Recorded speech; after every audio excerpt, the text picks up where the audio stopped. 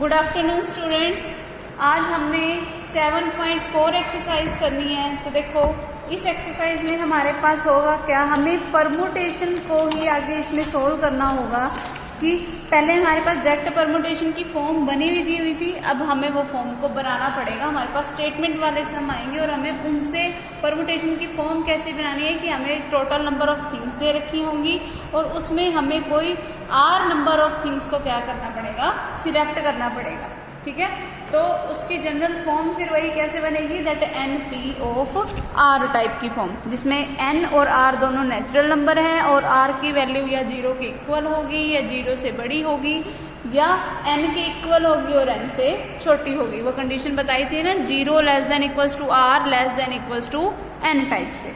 ठीक है, तो अब हम इसके देखो सम स्टार्ट करते हैं। फर्स्ट सम क्या है हमारे पास, in how many ways can 6 children stand in a queue, कि कितने नंबर ऑफ वेज में 6 चिल्ड्रन जो है वो एक लाइन में खड़े हो सकते हैं। तो देखो 6 चिल्ड्रन है और हमें उन 6 के 6 को ही चूज करना है। 6 चिल्ड्रन है टोटल, तो n की वैल्यू क्या है 6। अब उन 6 में से चूज कितनों को करना है, 6 को ही। तो क्या आ जाएगा 6p6, जिसका मतलब क्या हुआ 6 factorial divided by 6 minus 6 factorial. क्यों, क्योंकि हमारे पास फॉर्मूला था ना दैट npr किसके इक्वल था, n factorial by n minus r factorial. क्योंकि यहाँ पे अब दोनों जगह पे 6 है, मीन्स n की वैल्यू भी 6 है और r की वैल्यू भी 6 है। तो क्या बना 6 फैक्टोरियल डिवाइडेड बाय 6 माइनस 6 का फैक्टोरियल। तो क्या मतलब हुआ इसका, 6 factorial divided by 6 minus 6 0 factorial का मतलब 1। तो 6 फैक्टोरियल इसका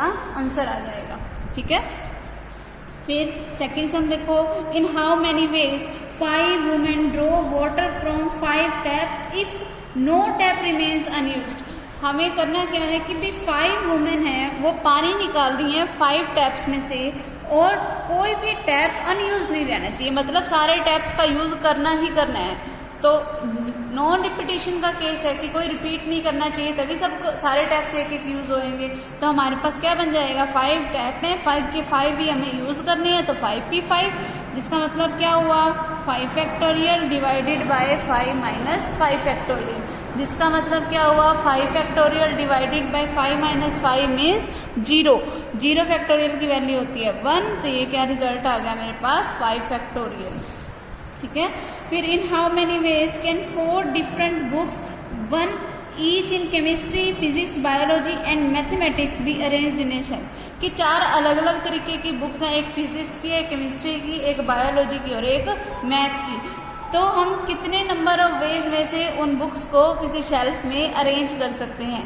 तो अब 4 बुक्स हैं, चारों की चारों मुझे अरेंज करनी है, तो क्या बनेगा 4p4 मीन्स 4 फैक्टोरियल। जैसे जब भी हमारे पास n टाइप की फॉर्म आए ना, तो उसका मतलब n फैक्टोरियल ही होता है। तभी तो यहाँ पे जैसे 6p6 था तो उसका रिजल्ट 6 फैक्टोरियल था, 5p5 था तो उसका रिजल्ट 5 फैक्टोरियल था। अब 4p4 है तो मतलब रिजल्ट क्या आएगा 4 फैक्टोरियल। ठीक है, फिर फोर्थ देखो, there are 3 different rings to be borne in 4 fingers, कि 4 फिंगर्स हैं, अब उनमें 3 अलग अलग तरीके की रिंग्स डालनी है with utmost 1 in each finger, कि एक फिंगर में ज़्यादा से ज़्यादा हम एक ही रिंग डाल सकते हैं। In how many ways can this be done. अब देखो 4 फिंगर्स में से 3 में ही रिंग डलेगी, तो क्या आ जाएगा मेरे पास 4p3, और जिसको सोल्व करके क्या बनेगा 4 फैक्टोरियल डिवाइडेड बाय 4 माइनस 3 का factorial means 4 factorial by 1 factorial. अब 1 फैक्टोरियल की तो वैल्यू 1 नहीं होती है, तो क्या आ जाएगा 4 फैक्टोरियल आंसर। 4 फैक्टोरियल को सोल्व कर लेना भाई, ये जो मैं फैक्टोरियल फॉर्म में लिख रही हूँ ना, इनको अपने आप सोल्व कर लेना, 6 फैक्टोरियल को भी, 5 को भी, 4 को भी, इस तरीके से। ठीक है, फिर 5th देखो हमारे पास क्या है, देखो अब नेक्स्ट सम क्या है हमारे पास, a student wants to arrange 3 economics, 2 history and 4 English books. 3 economics की बुक हैं, 2 हिस्ट्री की एंड 4 इंग्लिश की बुक्स हैं। ठीक है, फिर तो अब टोटल नंबर ऑफ बुक्स कितनी होगी 3 and 2 5, 5 and 4 टोटल बुक्स हो गई 9। अब 9 बुक्स हैं, if the books on the same subject are different, कि अगर हर एक सब्जेक्ट की अलग अलग डिफरेंट बुक है, मीन्स कि ऐसे है कि जैसे केमिस्ट्री की बुक है तो वो केमिस्ट्री की अलग अलग राइटर्स की बुक होगी, फिजिक्स की बुक है तो वो अलग अलग राइटर्स की होगी, इस तरीके से सारी अलग अलग पब्लिकेशंस और राइटर्स की बुक्स हैं, ठीक है। फिर find the number of possible arrangement, पहले तो मुझे ये बताना है कि पॉसिबल नंबर ऑफ अरेंजमेंट्स कितनी बनेगी। तो देखो 9 बुक्स हैं तो पॉसिबल अरेंजमेंट कैसी होगी, 9 की 9 मुझे सिलेक्ट करनी है, तो 9p9 means 9 factorial. First point तो सिंपली ये हो जाएगा, ठीक है। फिर अगला पॉइंट देखो, the number of possible arrangements if all books on a particular subject are to be together. अब पॉसिबल नंबर ऑफ अरेंजमेंट्स मुझे बतानी है कि अगर कोई एक पर्टिकुलर सब्जेक्ट की बुक्स को मुझे इकट्ठा रखना है, अगर मुझे इंग्लिश की सारी बुक्स, इकोनॉमिक्स की सारी बुक्स अगर मुझे इकट्ठी रखनी है तो इकोनॉमिक्स की बुक कितनी है, 3। अब देखो मुझे ये बुक इकट्ठी रखनी है तो मतलब अब मैं ये काम करेंगी, जहाँ पे भी रखूँगी मैं इसको इकट्ठा रखूँगी सारों के सारों को। तो अब एक तरीके की बुक्स ये हो गई, दूसरे तरीके की बुक्स कौन सी होगी, हिस्ट्री वाली, तीसरे तरीके की बुक्स कौन सी होगी, इंग्लिश वाली। तो 3 अलग अलग तरीके की बुक्स हैं। अब इनके इकोनॉमिक्स वाले इकट्ठे रखने हैं सारे, ऐसा तो नहीं है कि इकोनॉमिक्स और हिस्ट्री वालों को मैं मिक्स करके रख दूँ, जहाँ भी रखा जाएगा वो एक बंडल पूरा रखा जाएगा। तो ये 3 अलग अलग तरीके की बुक्स हैं। अब लेकिन उसने मुझे ये तो नहीं कहा कि मुझे हिस्ट्री वाले के ऊपर ही इकोनॉमिक्स वाली चाहिए, इकोनॉमिक्स वाले के ऊपर ही हिस्ट्री वाले चाहिए। तो ये जो तीनों अलग अलग टाइप हैं ये तो आपस में कहीं पर भी अरेंज हो सकते हैं। तो इनकी अरेंजमेंट कैसे हो जाएगी, 3 फैक्टोरियल वेज में। क्यों, क्योंकि जैसे अब ये एक का काम करेगा, ये दूसरे का काम करेगा और ये तीसरे का काम करेगा, ठीक है। तो ये 3 अलग अलग टाइप के बंडल बन गए। अब ये बंडल तो कहीं पर भी रखे जा सकते हैं ना, तो इनकी अरेंजमेंट आपस में कैसे हो सकती है, 3 फैक्टोरियल वेज में। और अब देखो जो मेरे पास ये जो 3 इकोनॉमिक्स की बुक हैं ये रखनी जरूर इकट्ठी है, पर इनकी आपस में अरेंजमेंट तो कैसे भी हो सकती है, तीनों अलग अलग पब्लिशर की हैं। तो किसी एक पब्लिशर के ऊपर आ सकती है, किसी एक पब्लिशर के नीचे आ सकती है, इस तरीके से आपस में तो इनको किसी भी तरीके से रख सकती हूँ। तो ये 3 इकोनॉमिक्स की बुक की आपस में अरेंजमेंट कैसे हो सकती है, 3 फैक्टोरियल वेज में। 2 हिस्ट्री की बुक्स की आपस में अरेंजमेंट कैसे हो सकती है, 2 फैक्टोरियल वेज में। 4 इंग्लिश की बुक्स की आपस में अरेंजमेंट कैसे हो सकती है, 4 फैक्टोरियल वेज में। तो इन सब की मल्टीप्लिकेशन करके क्या बन जाएगा मेरे पास, टोटल नंबर ऑफ अरेंजमेंट्स, ठीक है। फिर उसके बाद नेक्स्ट देखो, how many 6 digit telephone numbers can be constructed with the digits 0, 1, 2, 3, 4, 5, 6, 7, 8, 9। इन डिजिट्स का यूज करके मुझे एक 6 डिजिट का नंबर बनाना है। If each number start with 35, no digit appear more than once, कि अगर हर एक डिजिट 35 से स्टार्ट हो और कोई भी डिजिट दोबारा रिपीट नहीं होना चाहिए, क्योंकि इसने यही बोला ना कि कोई भी डिजिट एक से ज़्यादा बार अपीयर नहीं होना चाहिए, ठीक है। तो अब ये मेरे पास है टोटल नंबर ऑफ डिजिट्स, वो कितने हैं, 10। अगर हर एक नंबर, और मुझे बनाना क्या है, 6 डिजिट का नंबर बनाना है। तो ये 6 डिजिट का नंबर बनाने के लिए, और नंबर स्टार्ट कहाँ से होना है, 35 से। तो मतलब 4 प्लेसेस अब मेरे पास अवेलेबल हैं, और इन 4 प्लेसेस के जो नंबर मुझे चाहिए वो इन सब में से चाहिए। लेकिन मुझे ये बोल दिया कि कोई डिजिट एक से ज़्यादा बार नहीं आना चाहिए। तो 3 और 5 तो इधर आ गए, तो अब यहाँ पे 3 और 5 नहीं आना चाहिए। तो अब कितने डिजिट्स बचे, 1, 2, 3, 4, 5, 6, 7, 8। अब कितने डिजिट्स बचे मेरे पास, 8। तो इन सब 4 डिजिट्स के लिए अरेंजमेंट कैसी हो जाएगी कि मुझे 8 में से 4 सिलेक्ट करने हैं, तो क्या होगी, 8p4। क्लियर। अब अगला देखो, if there are 6 periods in each working day of a school, अगर हर एक स्कूल में टोटल, एक वर्किंग डे में टोटल अगर 6 पीरियड लगते हैं, जैसे तुम्हारे स्कूल में 8 लगते हैं तो उस तरीके से दे रखे कि 6 पीरियड लगते हैं। In how many ways can one arrange 5 subject such that each subject is allowed at least 1 period. तो हम कितने नंबर ऑफ वेज में से अरेंज कर सकते हैं 5 सब्जेक्ट को। अब देखो टोटल 6 पीरियड हैं। अब 6 पीरियडों में से 5 सब्जेक्ट है, तो 5 पीरियड तो ये लग गए, 6p5। अब जो एक पीरियड बचा वो एक पीरियड किस सब्जेक्ट का लग सकता है, 5 में से किसी भी सब्जेक्ट का लग सकता है, ठीक है। तो 5 चॉइसेस हैं 5 सब्जेक्ट्स की, और उसमें से किसी एक का लग जाएगा ये वह एक पीरियड। तो इनटू में क्या आ गया, 5p1। तो 6 के 6 पीरियड्स की अरेंजमेंट होगी, 5 की यहाँ से होगी, 1 की यहाँ से होगी, तो टोटल होगी ना 6 की अरेंजमेंट, ठीक है। फिर अगला देखो, in how many ways can 6 boys and 5 girls be arranged for a group photograph, कि कितने नंबर ऑफ वेज में 6 बॉयज एंड 5 गर्ल्स को मैं एक ग्रुप फोटोग्राफ के लिए बिठा सकती हूँ। If the girls are to be sit on the chairs in a row, कि अगर गर्ल्स को मैं रो में बिठाना चाहूँ नीचे चेयर्स पे, और बॉयज़ को stand in a row behind them, और बॉयज़ कहाँ खड़े हो, उन सबके पीछे खड़े हो। तो गर्ल्स देखो आपस में टोटल गर्ल्स कितनी हैं, 5 गर्ल्स हैं। अब 5 गर्ल्स की अरेंजमेंट कैसे हो सकती है, 5 वेज में, कि वो कहीं पर भी कोई भी गर्ल आ सकती है।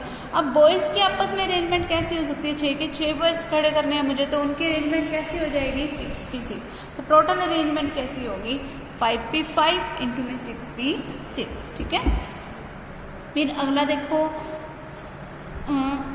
इन how many ways can 5 boys and 3 girls be arranged, 5 boys and 3 girls be arranged so that no 2 girls may sit together, कि 2 लड़कियां एक साथ नहीं बैठनी चाहिए। देखो अगर 2 लड़कियां एक साथ नहीं बैठनी चाहिए, कोई भी 2 लड़कियां एक साथ नहीं बैठनी चाहिए, तो मतलब हमें उनके बीच में बॉयज़ को बिठाना पड़ेगा। बॉयज़ एक साथ बैठ सकते हैं, वो कोई दिक्कत नहीं।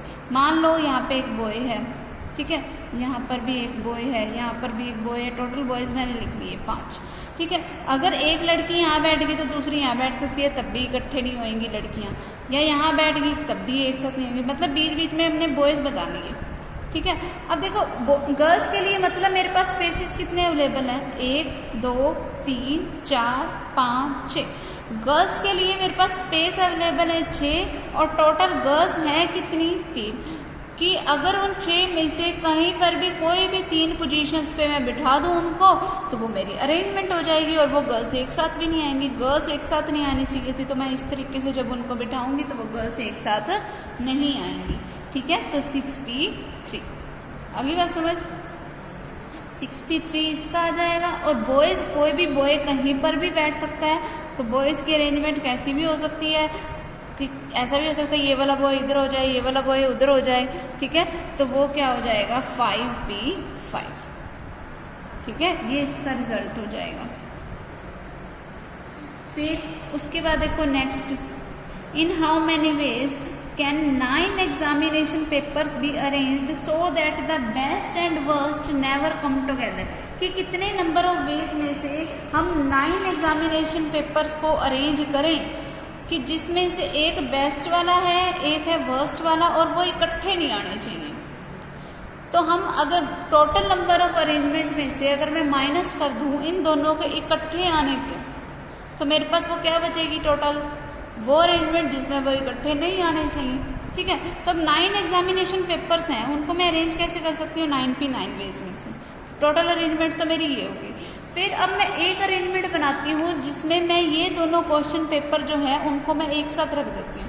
देखो टोटल 9 है, अब उनमें से एक बेस्ट का एक वर्स्ट का, तो बाकी कितने बचे, 7। अब अगर मुझे इन दोनों को इकट्ठा लाना है तो मैं इनको सेपरेट नहीं कर सकती ना इनको सेपरेट, तो मतलब तब ये क्वांटिटी किसका काम करेगी, एज ए 1 पेपर का। तो 7 वो थे, एक ये वाला हो गया, तो कितने हो गए टोटल 8। तो इन वो कंडीशन जिसमें वर्स्ट वाला और बेस्ट वाला इकट्ठा आ सकता है, वो अरेंजमेंट कैसी होगी, 8p8, ठीक है, 8p8। लेकिन देखो बेस्ट और वर्स्ट वाला आपस में तो कैसे भी अरेंजमेंट हो सकते हैं। ये कितने पेपर हैं, 2, तो इसके इनटू में क्या आ गया, 2p2। अब टोटल अरेंजमेंट में से मैं माइनस कर दूंगी क्या, इस अरेंजमेंट को, इकट्ठे आने की अरेंजमेंट को। अब बचेगा क्या मेरे पास, वो इकट्ठे ना आने की अरेंजमेंट, ठीक है। फिर अगला देखो, 6 candidates are to take examination 3 in mathematics and remain in different subject, कि टोटल 6 कैंडिडेट्स हैं जो 3 तो मैथ में दे रहे हैं, बाकी जो 3 हैं वो अलग अलग सब्जेक्ट्स में दे रहे हैं। In how many ways can they be seated in a row, तो कितने नंबर ऑफ वेज में हम उनको लाइनों में बिठाएंगे, so that all the 3 candidates in mathematics may not sit together, कि वो जो तीनों मैथमेटिक्स वाले स्टूडेंट हैं ना वो इकट्ठे नहीं बैठने चाहिए। अब देखो तीनों मैथमेटिक्स वाले इकट्ठे नहीं बैठने चाहिए, लेकिन उनकी आपस में तो अरेंजमेंट हम कैसे भी कर सकते हैं। तो बाकी ये जो 3 सब्जेक्ट वाले हैं मतलब उनके बीच होने चाहिए। तो 3 डिफरेंट सब्जेक्ट वाले वो मैंने लिख लिए, डिफरेंट सब्जेक्ट वाले हो गए यहाँ पे 3, ठीक है। अब मैथमेटिक्स वाले स्टूडेंट्स के लिए जगह कितनी बची? 4, और टोटल मैथमेटिक्स वाले हैं कितने? 3। तो क्या हो जाएगी मैथमेटिक्स स्टूडेंट्स वालों की अरेंजमेंट 4p3।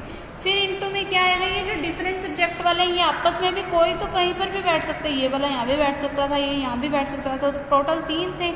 इनकी आपस में अरेंजमेंट कैसी हो सकती है? 3p3 वेज में, ठीक है। फिर अब देखो 4 सीटों में से 3 की इस तरीके से हम अरेंजमेंट की। अच्छा अब इसमें और क्या चीज़ मल्टीप्लाई में आएगी, वो ये कि ये जो मैथ वाले जो स्टूडेंट्स हैं उनकी आपस में तो कैसे भी अरेंजमेंट हो सकती थी ना। ये जो मैथ वाले स्टूडेंट्स हैं इनकी आपस में तो कैसे भी अरेंजमेंट हो सकती थी। फर्स्ट वाला मैथ वाला यहाँ भी बैठ सकता था, या वो यहाँ भी बैठ सकता था, आपस में तो कैसे भी अरेंजमेंट हो सकती थी। तो वो क्या हो गया? 3p3, ठीक है। इसका रिजल्ट हो जाएगा। फिर अब नेक्स्ट देखो, in how many ways can the letters of the word Delhi be arranged so that E and I occupy only even places। देखो वर्ड हमारे पास क्या है? दिल्ली है, यानी कि 5 वर्ड्स हैं, 1 2 3 4 5, ठीक है, ये हो गए 5। अच्छा फिर उसने हमें बोला क्या है कि E और I जो है ना वो इवन प्लेसेस पे आना चाहिए। E और I इवन प्लेसेस पे आना चाहिए। अब इवन प्लेसेस है 2, तो E और I तो उन्हीं पे ही आ जाएगा, तो 2p2 वेज में अरेंजमेंट होगी। अब ऐसा तो नहीं है ना कि E यहीं पे ही आएगा या I यहीं पर ही आएगा, ऐसा भी हो सकता है कि I इधर आ जाए, E इधर आ जाए, ठीक है। अरेंजमेंट मुझे कैसे भी करके बनानी है, तो वो 2p2 हो गई आपस में इनकी। अब ये वाला जो है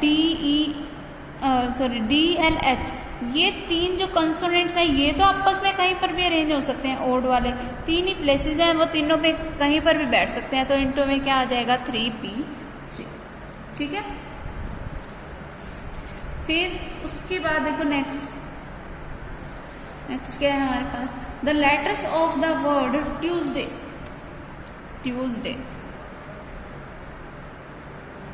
ये है Tuesday. The letters of the word Tuesday are arranged in a line, कि इसके जो अलग अलग लेटर्स हैं हमें उसको एक लाइन में अरेंज करना है। Each arrangement ending with letter S, हर एक जो अरेंजमेंट होएगी ना उसमें एक कंडीशन है कि लास्ट में एस ही आना चाहिए। तो देखो ये टोटल कितने लेटर्स हैं? 7 लेटर्स हैं। तो जो भी मेरे पास इस तरीके से वर्ड्स बन सकते हैं, 7 लाइन्स लगा लो पहले, लेकिन अब ये फिक्स है कि यहाँ पे एस ही आना चाहिए हमेशा, यहाँ पे और कुछ नहीं आ सकता, ठीक है। एंड विद हमेशा किससे होना चाहिए? एस से। फिर how many different arrangements are possible, तो कितनी पॉसिबल नंबर ऑफ अरेंजमेंट्स हो सकती हैं? देखो टोटल 6 प्लेसेस हैं, 6 में से कोई भी कहीं पर भी आ सकता है। 6 प्लेसेस हैं, 6 से डिजिट्स बचे, तो 6 में से कोई कहीं पर भी आ सकता है। तो क्या हो जाएगा? 6p6, और ये वाला यहाँ पे फिक्स है, तो इसका मतलब 1p1 हो गए। फिर आगे देखो, how many of them starts with the letter D, जब कितने ऐसे होंगे जो डी लेटर से स्टार्ट होंगे। जब एंड एस से है, डी से जो स्टार्ट है, तो क्या बन जाएगा? 1p1, डी के लिए प्लेस फिक्स है। अब इन 5 में से आपस में कहीं पर भी कोई भी अरेंजमेंट हो सकती है, तो 5p5। अब इनटू में एस के लिए क्या आएगा? 1p1, ठीक है। फिर अब नेक्स्ट देखो, in how many different words can be formed of the letters of the word combine. हमारे पास क्या वर्ड है? कंबाइन, ये वर्ड है, ठीक है। कि कितने पॉसिबल नंबर ऑफ वर्ड्स बन सकते हैं, so that vowels remain together, vowels हमेशा इकट्ठे आने चाहिए। देखो टोटल 7 हैं हमारे पास, और वोवल्स हमेशा इकट्ठे आने चाहिए। अब इनमें वोवल्स कौन से हैं? ओ है, आई है, ई है, इनको इकट्ठा रखना है हमने। तो मतलब अब ये काम क्या करेंगे? एक वर्ड का, और ये टोटल 7 थे, 7 में से अब देखो वोवल्स ये हो गए, और जो कंसोनेंट्स हैं वो क्या है? CMBN, 4 कंसोनेंट्स हैं। तो ये 4 कंसोनेंट और वोवल को मुझे अलग नहीं करना, तो अब ये काम क्या करेंगे? एक सिंगल लेटर का काम करेंगे। तो टोटल कितने हो गए? 5, 4 ये और 1 ये, 5 जहाँ भी रखा जाएगा इसे एक को इकट्ठा ही रखेंगे। तो इसकी अरेंजमेंट कैसी हो जाएगी? 5p5। लेकिन अब एक कंडीशन है, वो क्या है कि ये जो तीन है आपस में, ये तो कहीं पर भी आपस में अरेंज हो सकते हैं, पहले ओ आ सकता है या पहले ई आ सकता है, इनकी अरेंजमेंट तो कैसे भी हो सकती है, तो इनटू में 3p3। आगे बात समझ। फिर अगला पॉइंट देखो, no two vowels are together, कि दो वोवल्स एक साथ नहीं आने चाहिए, दो वोवल्स एक साथ नहीं आने चाहिए। तो जो C है, M है, B है, N है, कंसोनेंट्स मैंने लिख दिए। अब इनके बीच में मुझे वोवल्स अगर डाल दूंगी तो वोवल्स इकट्ठे नहीं आएंगे। अब वोवल्स के लिए स्पेस कितने हैं, 1 2 3 4 5, तो 5 में से 2 कोई भी इकट्ठे नहीं आने चाहिए। वोवल सॉरी कितने हैं मेरे पास, 3 है, तो क्या आ जाएगा, उन 5 प्लेसेस में से ये 3 वोवल कहीं पर भी आ सकते हैं, तो क्या आ जाएगा 5p3। इनटू में देखो, अभी ये चारों कंसोनेंट्स तो आपस में कैसे भी अरेंज हो सकते थे, चारों कंसोनेंट्स तो आपस में कैसे भी अरेंज हो सकते थे, तो इनटू में क्या आ जाएगा 4p4। ठीक है, इस तरीके से। फिर उसके बाद देखो नेक्स्ट इसी में, अब ये चारों आपस में कैसे भी अरेंज हो सकते हैं, और ये हमारे पास यहाँ पर जो वोवल्स आ रहे हैं वो इन पांचों में से किसी भी जगह पे आ सकते हैं, तो इसीलिए क्या आया 5p3। ठीक है, अब नेक्स्ट थर्ड पॉइंट देखो, वोवल्स में occupy odd places, vowels odd places पे ऑक्यूपाई हो। देखो 7 है हमारे पास, तो प्लेसेस हमारे पास हैं 1 2 3 4 5 6 7, कि वोवल्स जो हैं वो ओड प्लेसेस पे ही आने चाहिए। ओड प्लेसेस कितने हैं, 1 2 3 4, तो 4 में से वोवल कहीं पर भी आ सकते हैं, क्योंकि 3 वोवल है तो क्या लग गया 4p3। फिर अब जो बाकी के जो लेटर्स हैं वो कितनी जगह पे आ सकते हैं वो देखो। अब देखो बाकी के लिए जगह बची 2 4 6 वाली, यानी कि 3 जगह खाली बची, लेकिन क्योंकि वोवल सिर्फ 3 आए हैं तो एक जगह इस वाली भी तो खाली बचेगी। ठीक है, तो उसके लिए क्या आ जाएगा 4p4, कि बाकी के जो 4 कॉन्सोनेंट्स हैं वो 4 जगह में से कहीं पर भी आ सकते हैं, तो इनटू में क्या आ गया 4p4। ठीक है, फिर उसके बाद देखो, in how many ways can the word fraction be arranged so that no two vowels are together. Fraction word है हमारे पास और वोवल्स इकट्ठे नहीं आने चाहिए। अब वोवल्स कौन सा है, ए है, आई है, ओ है, ये इकट्ठे नहीं आने चाहिए। टोटल कितने हैं, 1 2 3 4 5 6 7 8, टोटल 8 है हमारे पास, वोवल इकट्ठे नहीं आने चाहिए। अब पहला कंसोनेंट देखो, कंसोनेंट कितने हैं, 1 2 3 4 5, पहला कंसोनेंट, दूसरा, तीसरा, चौथा, पांचवा, वोवल इकट्ठे नहीं आने चाहिए। तो वोवल के लिए जगह कितनी है, ये सारी है। ठीक है, 3 और 3 6 जगह हैं और वोवल है 3, तो इनकी अरेंजमेंट कैसी होगी 6p3। फिर उसके बाद अब कंसोनेंट आपस में तो किसी भी वे में अरेंज हो सकते हैं, कोई भी कंसोनेंट कहीं भी आ सकते हैं, तो 5 कंसोनेंट थे तो उनकी अरेंजमेंट 5p5। फिर उससे अगला देखो, find the arrangements of the letters of the word subjection when the relative position of vowels and consonants may not change। ठीक है, अब मेरे पास वर्ड है सब्जेक्शन, सब्जेक्शन वर्ड है हमारे पास।